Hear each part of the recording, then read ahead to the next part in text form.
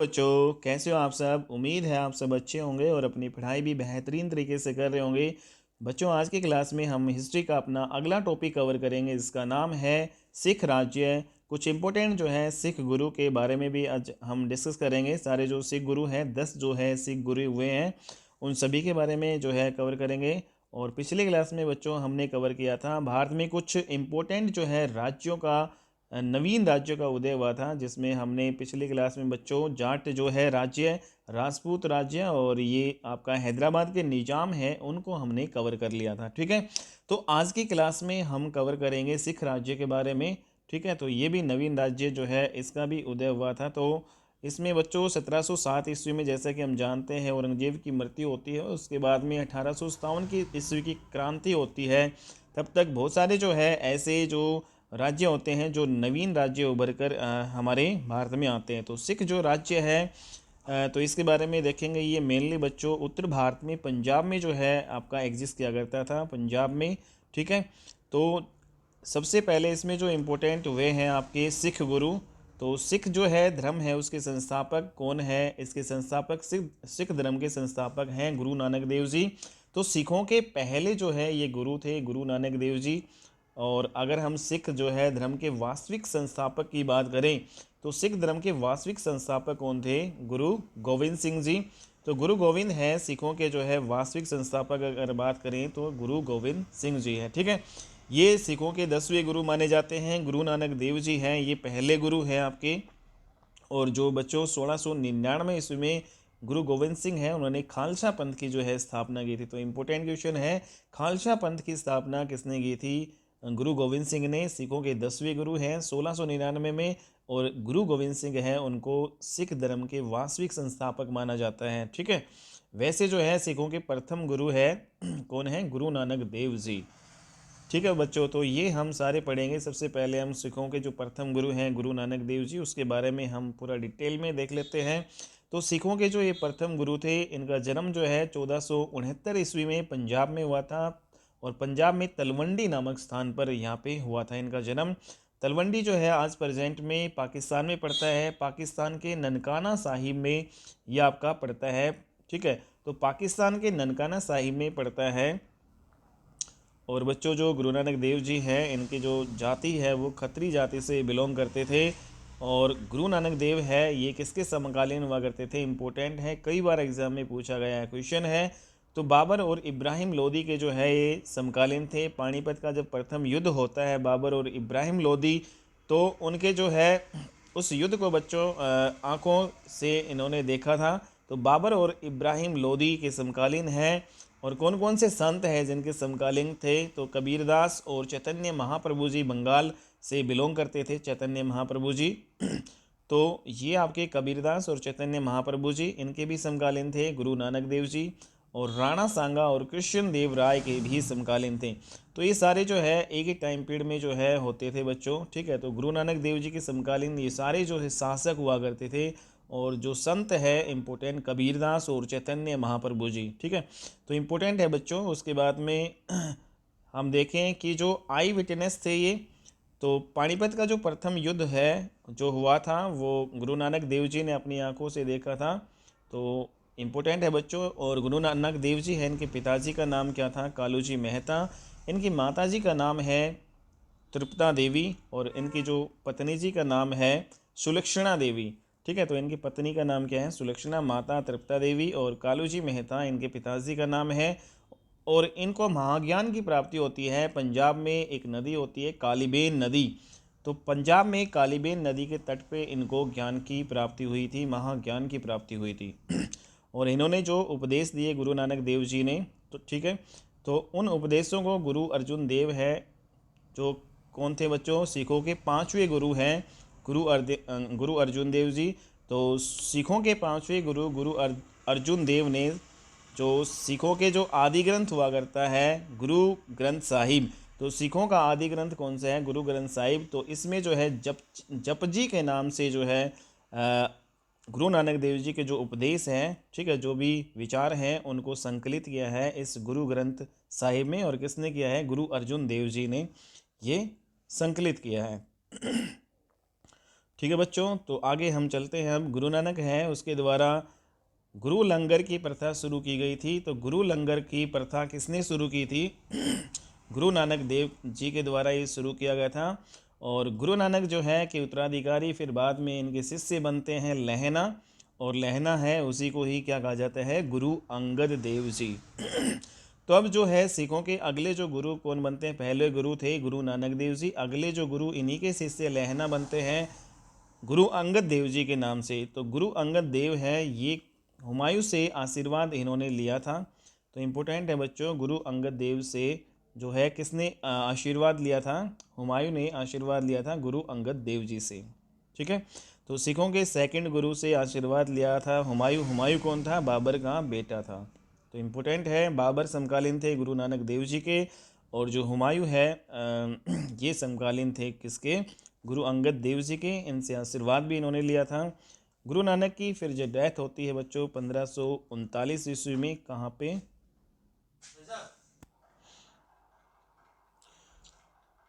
तो बच्चों गुरु नानक देव जी हैं, इनकी डेथ होती है 1539 ईस्वी में, करतारपुर नामक जो है स्थान पर इनकी डेथ होती है। ठीक है, तो करतारपुर नामक स्थान पर या फिर डेरा बाबा नामक स्थान पर पंजाब में इनकी मृत्यु होती है 1539 ईस्वी में। तो इम्पोर्टेंट है, तो ये आपको ध्यान में रखना है। 1539 में करतारपुर डेरा बाबा नामक स्थान पर इनकी मृत्यु होती है पंजाब में। फिर अगले जो सिखों के दूसरे जो गुरु बनते हैं लहना, जो गुरु नानक देव जी के ही शिष्य थे, और ये गुरु अंगद देव जी के नाम से अगले सिखों के गुरु बनते हैं। तो गुरु अंगद देव जी ये 1539 में गुरु नानक जी की मृत्यु के बाद में 1539 से 1552 ईस्वी तक रहते हैं, और इनका वास्तविक नाम क्या है? लहना, और इन्हीं के द्वारा जो है गुरुमुखी लिपि का आविष्कार किया गया था। तो इम्पोर्टेंट है बच्चों, पंजाबी भाषा है उसकी लिपि को कहा जाता है गुरुमुखी लिपि। तो पंजाबी भाषा बच्चों किस लिपि में लिखी जाती है? गुरुमुखी लिपि। और जिस प्रकार हमारी हिंदी भाषा है देवनागरी लिपि में लिखी जाती है, उसी प्रकार जो है पंजाबी भाषा है वो गुरुमुखी लिपि में लिखी जाती है। और ये लिपि जो गुरुमुखी लिपि का आविष्कार किसने किया था? गुरु अंगद देव जी या लहना ने। ठीक है, तो इम्पोर्टेंट है बच्चों, और इन्होंने ही जो है गुरु का लंगर प्रथा है वो नियमित बनाई थी। तो जैसा कि हम जानते हैं कि गुरु नानक देव जी है, उन्होंने लंगर प्रथा शुरू की थी सबसे पहले, लेकिन जो गुरु का लंगर है उसको इसको नियमित ही जो बनाई थी, इस प्रथा को नियमित किसने बनाया था? गुरु अंगद देव जी ने ही बनाया था। 1540 ईस्वी में कन्नौज का युद्ध होता है, जिसको हम बिलग्राम के युद्ध के नाम से भी जानते हैं। तो कन्नौज या बिलग्राम का युद्ध बच्चों ये लड़ा जाता है 1540 में हुमायूं और शेरशाह के बीच में, जिसमें शेरशाह सूरी जो है हुमायूं को पराजित कर देता है। और इस युद्ध के पराजय के बाद में जो हुमायूं है गुरु अंगद देव जी से आशीर्वाद लेने के लिए जाते हैं। ठीक है, तो हुमायूं ने गुरु अंगद देव जी से आशीर्वाद लिया था, इम्पोर्टेंट है। तो इस प्रकार गुरु अंगद देव जी हैं वो किसके समकालीन हुए? तो गुरु अंगद देव जी है वो हुमायूं के समकालीन थे। Very very important. नेक्स्ट जो बच्चों फिर थर्ड गुरु बनते हैं गुरु अमरदास। ये जो है आपके रहते हैं 1552 से 1574 ईस्वी तक। गुरु अमरदास सिखों के थर्ड गुरु माने जाते हैं, और इन्होंने पंजाब के गोइंदवाल नामक स्थान पर अपनी गद्दी स्थापित की। तो इन्होंने गोइंदवाल नामक स्थान पर जो है ये पंजाब में पड़ता है, यहाँ पे अपनी गद्दी स्थापित की। और ये बच्चों हुमायूं के ही जो बेटे अकबर होते हैं, तो अकबर के समकालीन होते हैं गुरु अमरदास। तो इम्पोर्टेंट है, तो अकबर के समकालीन कौन थे? कौन से गुरु थे सिखों के? गुरु अमरदास। और इन्होंने 22 जो है गद्दियाँ स्थापित की थी कुल मिलाकर। ठीक है, और गोइंदवाल है उसमें अकबर ने इनसे भेंट की। तो अकबर है जो मुग़ल बादशाह अकबर है, इन्होंने गोइंदवाल नामक स्थान पर भेंट की। ठीक है, इस गुरु से। और इनकी जो पुत्री होती थी बीबी या भानी जिसको हम कह सकते हैं, ठीक है, तो बीबी भानी को कुछ गांव जो है उपहार में दिए थे।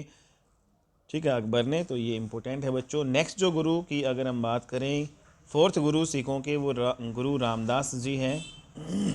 तो सिखों के चौथे गुरु गुरु रामदास हैं। ये गुरु अमरदास के भी जो है शिष्य थे। तो इम्पोर्टेंट है बच्चों, तो गुरु अमरदास के शिष्य हुआ करते थे गुरु रामदास, और इनके दामाद भी हुआ करते थे।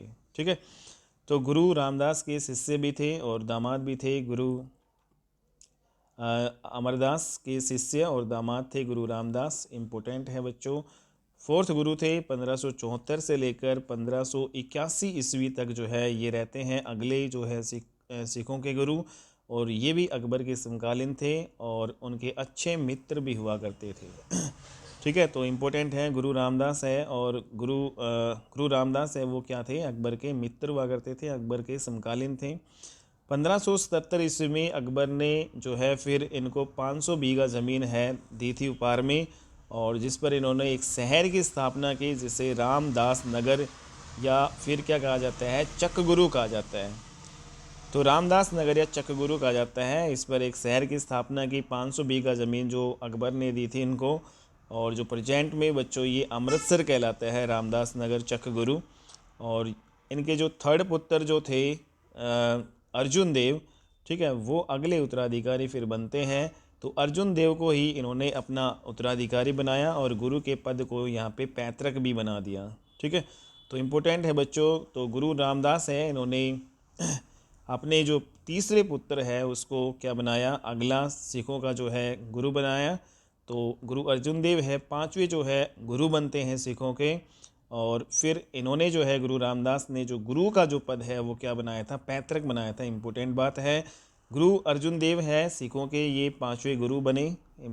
ठीक है बच्चों, तो अब हम गुरु अर्जुन देव के बारे में देख लेते हैं। तो ये 1581 से लेकर 1606 ईस्वी के दौरान गुरु रहते हैं, और किस मुग़ल बादशाह के समकालीन रहते हैं, ये जहांगीर के। तो इम्पोर्टेंट है बच्चों, तो अकबर के जो पुत्र होते हैं, अकबर का जो पुत्र है जहांगीर, ठीक है, उसके समकालीन कौन होते हैं, गुरु अर्जुन देव। तो गुरु अर्जुन देव है उसको सच्चा बादशाह भी कहा जाता है, और इनके द्वारा 1589 ईस्वी में गुरुद्वारा हरमिंदर साहिब का निर्माण करवाया गया था। ठीक है, और जिसको स्वर्ण मंदिर भी कहा जाता है। तो गुरुद्वारा हरमिंदर जो है साहिब, ये इसका निर्माण किसने करवाया था, गुरु अर्जुन देव ने, और इसको क्या कहा जाता है, इसको स्वर्ण मंदिर भी कहा जाता है। ठीक है, और बच्चों ये कब करवाया था इन्होंने, 1589 ईस्वी में। इम्पोर्टेंट बात है, स्वर्ण मंदिर है उसकी नींव रखी थी एक सूफ़ी संत ने जिसका नाम है हज़रत मियाँ मीर। तो नींव तो किसने रखी थी, एक सूफ़ी संत हज़रत मियाँ मीर ने रखी थी, और 1589 ईस्वी में गुरुद्वारा हरमिंदर साहिब का निर्माण करवाया था गुरु अर्जुन देव जी ने। और इसके जो है द्वारा गुरु अर्जुन देव है, इनके द्वारा 3 शहर बसाए गए, तरन तारण, करतारपुर और गोविंदपुर। तो इम्पोर्टेंट है बच्चों, ये 3 शहर भी गुरु अर्जुन देव जी ने बसाए थे। और गुरु अर्जुन देव द्वारा आदि ग्रंथ की रचना की जिसे गुरु ग्रंथ साहिब कहा जाता है। तो सिखों का जो आदि ग्रंथ जिसको क्या कहा जाता है, गुरु ग्रंथ साहिब, और ये रचना की थी गुरु अर्जुन देव ने। इसमें इन्होंने जो है 5 गुरुओं की वाणी और 18 जो हिंदू संत हैं उनकी वाणी का संकलन किया है इस गुरु ग्रंथ साहिब में। तो इम्पोर्टेंट है बच्चों, ये 1606 ईस्वी में जब जहांगीर के बेटे जो है खुसरो ने जहांगीर के खिलाफ जब विद्रोह किया था और वो भाग गया था, तो गुरु अर्जुन देव ने ही खुसरो को शरण दी थी। ठीक है, तो इस जहांगीर के बच्चों 2 पुत्र होते थे, खुसरो और खुर्रम। ठीक है, तो खुसरो ने अपने पिता के विरुद्ध विद्रोह किया था 1606 ईस्वी में, और फिर इन्होंने जो है विद्रोह करके भाग के ये गुरु अर्जुन देव के पास चले जाते हैं। तो गुरु अर्जुन देव ने इनको जो है शरण दी थी, और 1606 में फिर जहांगीर के द्वारा जो है गुरु अर्जुन देव की हत्या करवा दी जाती है, और इसका जो बेटा होता है खुसरो उसको अंधा करवा दिया जाता है। ठीक है, तो इस प्रकार गुरु अर्जुन देव 1606 में इनकी मृत्यु हो जाती है। फिर सिखों के अगले जो है गुरु बनते हैं छठे नंबर के बनते हैं गुरु हरगोविंद। ये 1606 से लेकर 1644 ईस्वी तक रहते हैं, और इन्होंने अमृतसर में जो 12 फुट ऊंचे तख्त का निर्माण करवाया था जिसको क्या कहा जाता है, अकाल तख्त। तो इम्पोर्टेंट है, अमृतसर में 12 फुट ऊंचे तख्त का निर्माण किसने करवाया, गुरु हरगोविंद ने, और जिसको क्या कहा जाता है, अकाल तख्त कहा जाता है। इन्होंने ही अपने दरबार में नगाड़ा बजाने की प्रथा शुरू की थी। तो नगाड़ा बजाने की प्रथा शुरू किसने की थी, गुरु हरगोविंद सिखों के छठे गुरु थे, और ये सिखों को सबसे पहले इन्होंने सैन्य प्रशिक्षण दिया, और सैनिक बनाने वाला सबसे प्रथम गुरु कौन थे, गुरु हरगोविंद। तो सिखों के छठे गुरु है, उन्होंने सैन्य प्रशिक्षण दिया सिखों को, और सैनिक बनाने वाले प्रथम गुरु कहा जाता है। और एक सेना इन्होंने बनाई और मुग़लों के खिलाफ लड़ने के लिए, ठीक है, तो मुग़लों के खिलाफ जो है लड़ने के लिए इन्होंने एक सेना तैयार की, और इन्होंने सिखों को मांसाहार अपनाने की सलाह दी। और मुग़ल बादशाह जो जहांगीर है ने इन्हें लगभग जो है 2.5 वर्ष तक जो है कैद भी रखा था।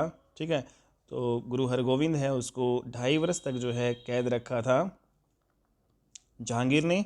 ठीक है, और कहाँ पे रखा था बच्चों, ये ग्वालियर में। ठीक है, तो इस प्रकार जो छठे गुरु है वो भी किसके समकालीन थे, जहांगीर के ही समकालीन थे।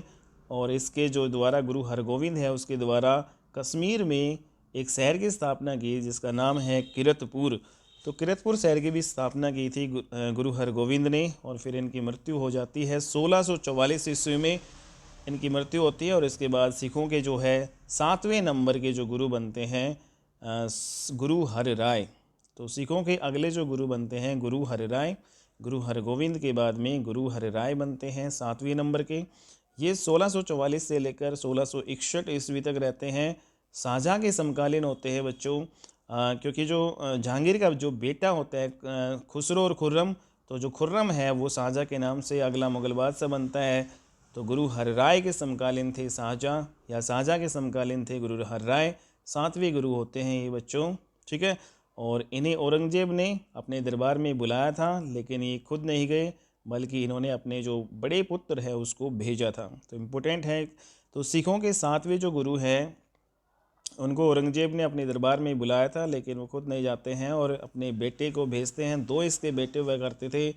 इसका जो बड़ा बेटा है उसका नाम था राम राय, छोटा था हरकृष्ण। तो 2 पुत्र थे गुरु हर राय के। जब गुरु हर राय को अपने दरबार में इन्होंने बुलाया तो ये खुद नहीं गए, अपने बड़े बेटे को भेजा राम राय को। और गुरु राम राय ने औरंगजेब के जो है दरबार में गए और उनकी प्रशंसा की और कुछ चापलूसी भरे जो है शब्द गए, और इस बात से बहुत नाराज़ हुए। और इस प्रकार गुरु हर राय और इन्होंने अपने जो छोटा जो पुत्र है हर कृष्ण जो है उसको अगला उत्तराधिकारी घोषित किया।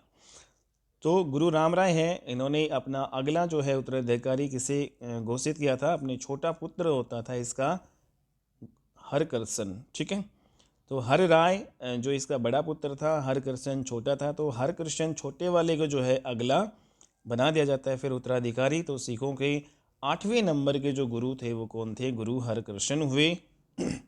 तो 8वें नंबर के गुरु सिखों के कौन थे, गुरु हरकृष्ण। 1661 से लेकर 64 ईस्वी तक केवल 3 साल तक ही लगभग ये रहते हैं। और सबसे छोटी उम्र में गुरु बनने वाले सिखों के गुरु कौन थे, गुरु हरकृष्ण। तो बिल्कुल छोटी उम्र के थे बच्चों, ये लगभग 8 साल के।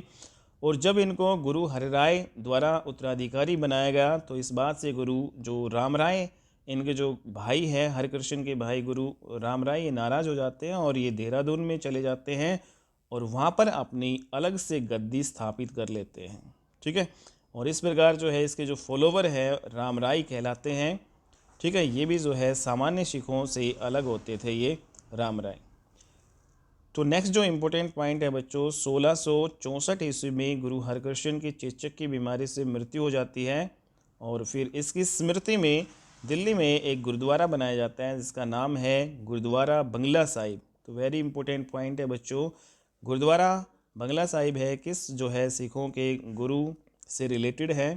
तो गुरु हरकृष्ण से रिलेटेड है, सिखों के 8वें नंबर के गुरु हैं। ठीक है, और ये कहाँ पे पड़ता है बच्चों, दिल्ली में गुरुद्वारा बंगला साहिब। 1664 में इसकी स्थापना करवाई गई थी। ठीक है, इनकी स्मृति में।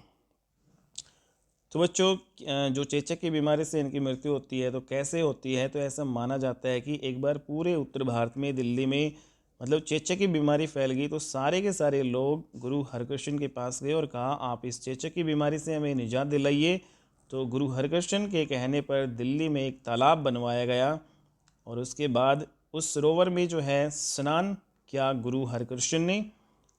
ठीक है, तो तालाब बनाकर उस सरोवर में जो है स्नान किया गुरु हरकृष्ण ने और कहा कि यहाँ पर जो भी आकर स्नान करेगा उसकी चेचक की बीमारी क्या हो जाएगी, दूर हो जाएगी, और जितने भी चरम जो है रोग हैं वो भी सारे क्या हो जाएंगे, ठीक हो जाएंगे। उसके बाद फिर जिसने भी जो है इस सरोवर में जाकर स्नान किया तो उसकी पूरी तरीके से जो भी जो है स्किन से रिलेटेड जो बीमारी थी, चेचक की जो है बीमारी थी, वो पूरी तरीके से दिल्ली में वो क्या हो गई थी, ख़त्म हो गई थी। ठीक है, लेकिन फिर जो है बाद में गुरु हरगोविंद है उनको जो है चेचक की खुद बीमारी लग जाती है। ठीक है, तो पूरी दिल्ली को तो मुक्त कर देते हैं चेचक से, लेकिन खुद इनको जो है चेचक की बीमारी हो जाती है और केवल 8 वर्ष की उम्र में जो है गुरु हरकृष्ण की मृत्यु हो जाती है। ठीक है, और सबसे छोटी उम्र में गुरु बनने वाले जो है सिखों के 8वें गुरु थे ये। 8 वर्ष की उम्र में ये इनकी मृत्यु होती है, छोटी ही उम्र में। फिर अगले जो है सिखों के 9वें गुरु बनते हैं गुरु तेग बहादुर जी, और 1664 से लेकर 1675 ईस्वी तक ये गुरु रहते हैं। इनकी हत्या औरंगजेब के द्वारा करवा दी जाती है। तो गुरु तेग बहादुर की हत्या किसने की थी बच्चों? औरंगजेब ने की थी।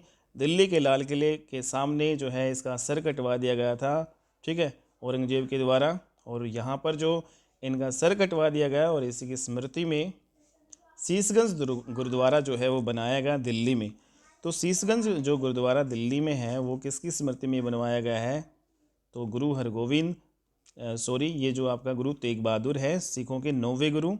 ठीक है, तो सिखों के 9वें गुरु गुरु तेग बहादुर की स्मृति में शीशगंज गुरुद्वारा जो है बनवाया गया दिल्ली में। ठीक है, और क्योंकि बच्चों इन्होंने इस्लाम धर्म जो है उसको कबूल नहीं किया था, इसलिए जो है कट्टर जो है होता था औरंगजेब बहुत ज़्यादा। ठीक है, तो इस कारण से जो है इन्होंने इस्लाम धर्म कबूल नहीं किया और इनके जो फिर सर कटवा दिया जाता है। ठीक है, तो ये गुरु जो है गोविंद सिंह के जो है कौन थे? पिताजी थे। तो 9वें जो गुरु है गुरु तेग बहादुर, ये कौन थे? गुरु गोविंद सिंह, जो 10वें गुरु आगे चलकर बनेंगे बच्चों। तो गुरु गोविंद सिंह के जो है पिता हुआ करते थे गुरु तेग बहादुर जी। ठीक है, सिखों के 9वें गुरु। इन्होंने औरंगजेब की कट्टर नीतियों का जो विरोध किया था गुरु गोविंद सिंह जी ने, और जब औरंगजेब ने इस्लाम धर्म जो है कबूल नहीं किया, यहाँ पे जब औरंगजेब ने इन्हें इस्लाम धर्म कबूल करने के लिए कहा तो इन्होंने इस्लाम धर्म कबूल नहीं किया और इनकी फिर हत्या करवा दी जाती है। ठीक है, दिल्ली में। तो 1675 ईस्वी में इन्होंने जो है मुग़लों के विरुद्ध करतारपुर नामक युद्ध किया, और जो मुग़लों और सिखों के बीच में लड़ा गया था और इसमें मुग़लों की विजय हुई थी। तो इम्पोर्टेंट है बच्चों, मुग़लों और सिखों के बीच में करतारपुर का युद्ध होता है 1675 में, जिसमें मुग़लों की विजय होती है। नेक्स्ट जो पॉइंट इंपॉर्टेंट है, पंजाब में एक शहर बसाया गुरु तेग बहादुर जी ने। सिखों के 9वें जो गुरु हैं आनंदपुर, तो आनंदपुर इन्होंने बसाया पंजाब में। और इनकी मृत्यु के बाद इनका जो पुत्र है गुरु गोविंद सिंह, ये 10वें गुरु बनते हैं, अगले सिख गुरु बनते हैं। ठीक है, तो अगले जो है गुरु गोविंद सिंह जी है 10वें गुरु होते हैं सिखों के, और 1675 से लेकर 1708 ईस्वी तक रहते हैं। इनका जन्म बिहार के पटना में होता है गुरु गोविंद सिंह जी का, और मृत्यु इनकी महाराष्ट्र के नांदेड़ नामक स्थान पे होती है। तो गुरु गोविंद सिंह है, इन्होंने जो है 1699 इसमें इम्पोर्टेंट काम क्या किया? खालसा पंथ की इन्होंने स्थापना की। तो खालसा पंथ की स्थापना 1699 ईस्वी में गुरु गोविंद सिंह जी ने की, और फिर ये आगे चलकर जो खालसा पंथ सिख धर्म ये कहलाया। ठीक है, इनके द्वारा जो है खालसा पंथ के सब सैनिकों को जो है 5K फॉलो करने के लिए कहा गया। तो 5 प्रकार के होते थे। ठीक है, तो खालसा पंथ के जो है सब सैनिक जो थे उनको 5K फॉलो करने के लिए कहा गया। 5K क्या था? कैसे केस बनता है, कैसे कड़ा, कैसे कच्छा, कैसे कंगा, कैसे करपाण। तो इस प्रकार से 5K फॉलो करने के लिए कहा। ठीक है, गुरु गोविंद सिंह जी ने। तो इस प्रकार बच्चों ये 5K होते हैं सिखों के, केस, कड़ा, कच्छा, कंगा और कृपाण। ठीक है, और इम्पोर्टेंट बात ये है कि सिखों के कृपाण धारण जो है, जो ये कृपाण छोटी जो तलवार होती है, ठीक है, तो कृपाण जो धारण करने का जो अधिकार है वो आर्टिकल 25 में दिया गया है। ठीक है, तो धार्मिक स्वतंत्रता का जो अधिकार है आर्टिकल नंबर 25 देता है। ऐसे ही सेम बच्चों जो जैन समुदाय होते हैं जिसमें संलेखना या संधारा पद्धति के द्वारा जो है प्राण त्याग सकते हैं। ठीक है, जैन समुदाय वाले, जिसमें मतलब बिल्कुल जो है मतलब खाना पीना इसमें छोड़ दिया जाता है। संलेखना या संधारा जो है पद्धति इसमें कहा जाता है। तो गुरु गोविंद सिंह जी हैं, इन्होंने पुरुषों के नाम के साथ सिंह और महिलाओं के नाम के बाद जो है कौर प्रथा शुरू की थी। तो पुरुषों के नाम के जो है साथ सिंह और महिलाओं के नाम के बाद जो कौर है प्रथा किसने शुरू की? सिखों के 10वें गुरु गुरु गोविंद सिंह जी ने। ठीक है, और इसी ने जो है हिमाचल में पोंटा साहिब के नाम से एक शहर बसाया। तो हिमाचल में पोंटा साहिब शहर किसने बसाया? गुरु गोविंद जी ने। इनके 4 पुत्र हुआ करते थे, जिनको चार साहिबजादे कहा जाता था, चार पुत्र गुरु गोविंद जी के कौन से थे? अजीत सिंह, फतेह सिंह और जुझार सिंह और जोरावर सिंह। तो ये चार पुत्र थे और इन चारों पुत्रों की हत्या औरंगजेब के द्वारा करवा दी जाती है। ठीक है, और इनके द्वारा जो है कृष्ण अवतार ग्रंथ की रचना की गई थी। तो सिखों के जो है जो 10वें गुरु हैं गुरु गोविंद सिंह जी, उसके द्वारा कृष्ण अवतार ग्रंथ की रचना की गई थी। इन्होंने एक आत्मकथा लिखी जिसका नाम है विचित्र नाटक। तो विचित्र नाटक आत्मकथा किसकी है? सिखों के 10वें गुरु गुरु गोविंद सिंह जी की। तो इम्पोर्टेंट पॉइंट है बच्चों। तो 1707 ईस्वी में जो है औरंगजेब की मृत्यु के बाद में भारत का अगला मुगल बादशाह औरंगजेब का अगला जो पुत्र बनता है मुअज्जम, और किस नाम से बनता है औरंगजेब का पुत्र मुअज्जम? बहादुर शाह के नाम से। इम्पोर्टेंट पॉइंट है, जिसको बहादुर शाह जो है जफर प्रथम भी कहा जाता है। तो बहादुर शाह है, इन्होंने जो है 1707 ईस्वी में गुरु गोविंद सिंह के साथ मेल मिलाप की नीति अपनाई। सिखों के 10वें गुरु गुरु गोविंद सिंह जी के साथ मेल मिलाप की नीति अपनाई बहादुर शाह जफर प्रथम ने, और जिसका नाम मुअज्जम भी था, औरंगजेब का जो पुत्र था ये। और बहादुर शाह ने ही जो है गुरु गोविंद सिंह को जो है 5000 का जो है मनसब जो है सूबा प्रदान किया था। ठीक है, तो 5000 का मनसब जो है प्रदान किया बहादुर शाह जो है प्रथम ने गुरु गोविंद सिंह जी को। लेकिन ये मैत्रीपूर्ण जो संबंध है मुग़लों के साथ सिखों के, ये ज़्यादा समय तक जो है टिक नहीं पाया, ज़्यादा समय तक नहीं चल पाया। और अगले ही जो है साल 1708 ईस्वी में अजीम खान नामक जो एक व्यक्ति होता था अफ़गानी, इसके द्वारा नांदेड़ नामक जो स्थान जो महाराष्ट्र में पड़ता है, वहाँ पर गुरु गोविंद सिंह की हत्या करवा दी जाती है। ठीक है, तो ये जो है अफ़गानी व्यक्ति अजीम खान, ये नांदेड़ महाराष्ट्र में गुरु गोविंद की हत्या कर देते हैं। इंपॉर्टेंट पॉइंट है। नेक्स्ट जो बच्चों, मृत्यु के जो है पहले गुरु गोविंद जो हैं, इन्होंने एक घोषणा की थी कि अब जो गुरु का जो पद है उसको समाप्त कर दिया जाएगा। इसलिए सिखों के जो अंतिम गुरु है गुरु गोविंद सिंह है, उसी को ही माना जाता है। तो सिखों के अंतिम गुरु 10वें कौन थे? गुरु गोविंद जी। इन्होंने कहा कि गुरु गोविंद के बाद जितने भी जो सिख जो बनेंगे वो आदि ग्रंथ को फॉलो करेंगे। मतलब जो आदि ग्रंथ होता था गुरु ग्रंथ साहिब, जो गुरु ग्रंथ साहिब है, इनका जो आदि ग्रंथ है सिखों का, उसी को ही जो है गुरु माना जाएगा अब। ठीक है, तो इनके आदि ग्रंथ को गुरु ग्रंथ साहिब जो है कहते हैं। और इसकी रचना किसने की थी? गुरु अर्जुन देव, जो कि सिखों के 5वें गुरु थे।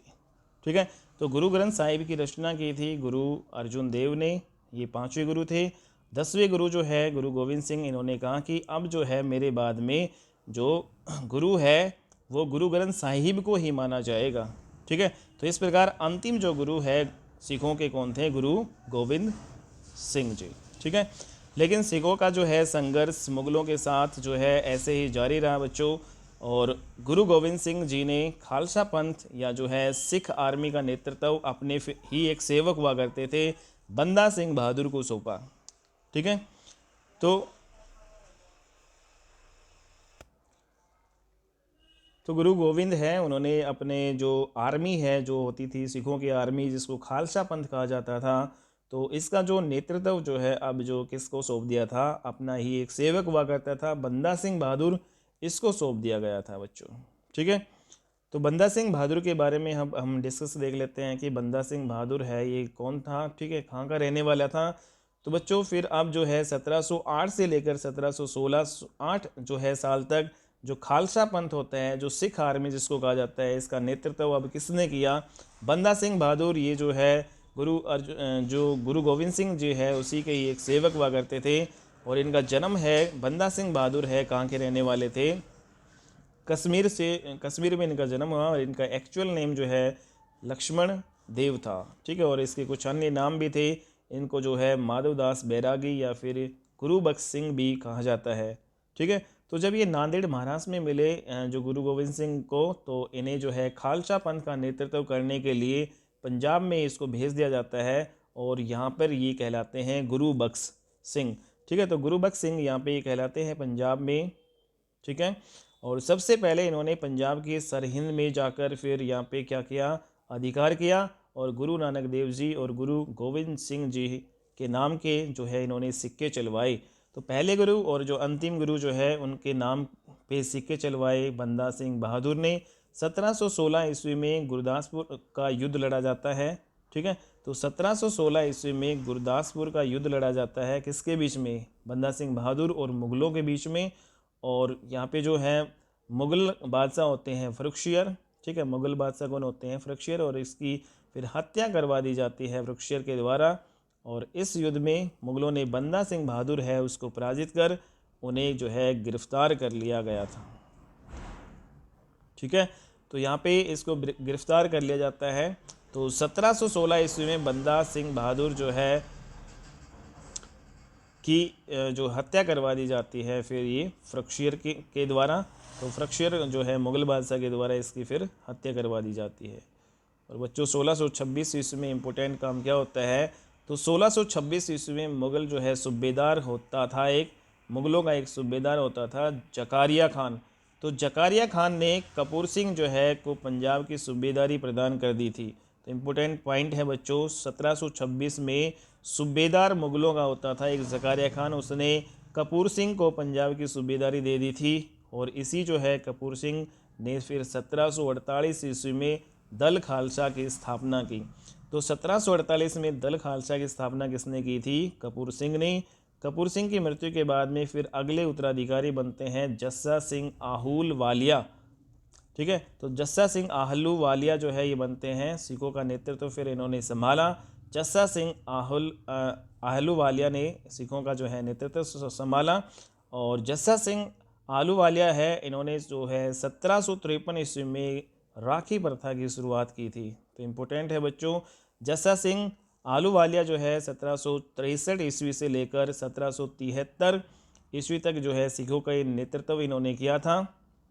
और इन्हीं के नेतृत्व में दल खालसा जो है 12 सिख मिसलों में विभाजित हुआ था। तो इम्पोर्टेंट है, जस्सा सिंह आहलूवालिया के नेतृत्व में ही दल खालसा जो है 12 सिख मिसलों में विभाजित हुआ था। और ये सिख मिसले ही कहलाए सिखों की अलग अलग जो है समुदाय। तो जो सिख मिसले थे 12 सिख मिसले, ये अलग अलग जो है समुदाय कहलाते हैं सिखों के। तो ये हम देख लेते हैं। तो ये 12 सिख मिसले हैं बच्चों, भंगी मिसल, ठीक है। और दूसरा आपका ये पड़ता है आहलूवालिया जो है मिसल, रामगढ़िया मिसल, नकई मिसल, कन्हैया मिसल, उल्ले वालिया मिसल, निशान वालिया मिसल, करोड़ सिंधिया मिसल, और उसके बाद में फैजलपुरिया मिसल, शहीद मिसल, फुल्किया मिसल और सुगर चकिया मिसल। तो ये जो 12 जो है सिखों के मिसल होते थे, 12 कम्युनिटी हैं ये सिखों की, ठीक है। तो इन सभी को हम देख लेते हैं बच्चों। तो जो सिखों की 12 कम्युनिटी हैं, 12 जो समुदाय हैं जिनको मिसल कहा गया, तो भंगी मिसल है, इसकी स्थापना छज्जा सिंह के द्वारा की जाती है। आहलूवालिया मिसल है, इसकी जो स्थापना करते हैं जस्सा सिंह आहलूवालिया। और जो रामगढ़िया मिसल है इसकी स्थापना करते हैं नंद सिंह संघानिया। नकई मिसल है, इसकी स्थापना करते हैं हरि सिंह। कन्हैया मिसल है, इसकी स्थापना करते हैं जय सिंह। उल्ले वालिया मिसल है, इसकी जो है स्थापना करते हैं गुलाब सिंह। निशान वालिया मिसल की स्थापना करते हैं संगत सिंह।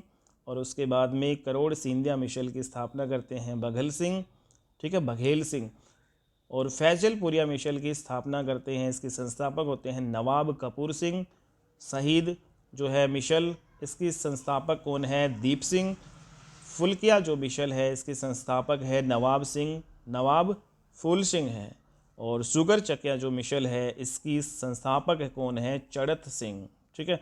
तो ये चड़त सिंह कौन थे बच्चों, ये जो महाराजा रणजीत सिंह जो है उसके दादा हुआ करते थे, ठीक है। तो सुगर चकिया जो मिसल की स्थापना महाराणा रणजीत सिंह के जो दादा हुआ करते थे उसने की थी। और महाराजा रणजीत सिंह भी किससे बिलोंग करते थे, सिखों के सुगर चकिया मिसल से बिलोंग करते थे, ठीक है बच्चों। तो अब हम पढ़ेंगे महाराजा रणजीत सिंह के बारे में बच्चों। तो ये जो है हम नेक्स्ट क्लास में देख लेते हैं। आज की क्लास में इतना ही बच्चों, और नेक्स्ट क्लास में मिलते हैं हम और अच्छी वीडियो के साथ। तब तक के लिए बाय, टेक केयर बच्चों।